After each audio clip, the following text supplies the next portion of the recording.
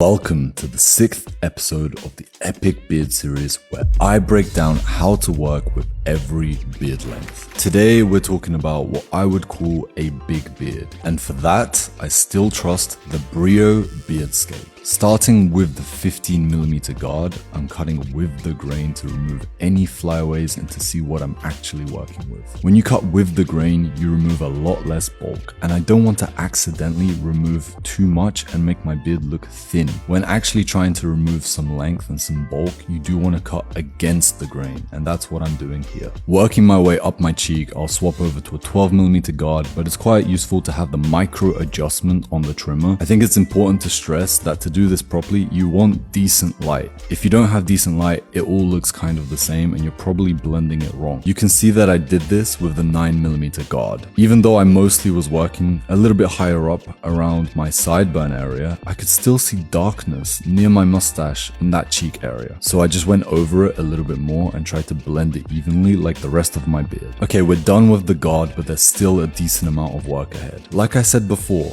I don't want to remove any length, but I do want to make this beard look sharp. So we're gonna have to cut a little bit off. We're gonna be using what I like to call the hover hand technique. Start by tilting your head back to about 45 degrees. If your beard is at its desired length, then you just want to hold your trimmer right at the edge and glide to just above your Adam's apple. The best way to deal with the hairs at the corner of your jaws that are still sticking up is to brush them back and trim them with the contour of your beard line. Now it's time to work on the cheek line. To draw the perfect cheek line, you want to draw the line as high as the fullness of your beard allows for. My beard is pretty long, so I don't want to have a really short mustache, but I also don't want it to be so long that it keeps sticking into my mouth. I pretty much just brush it down and then use my lip line as a guide. Also, the mustache tips were starting to look really long, so I just twisted them up and cut them to roughly the same length on both sides. As always, this final step is optional, but I love to finish up with a shave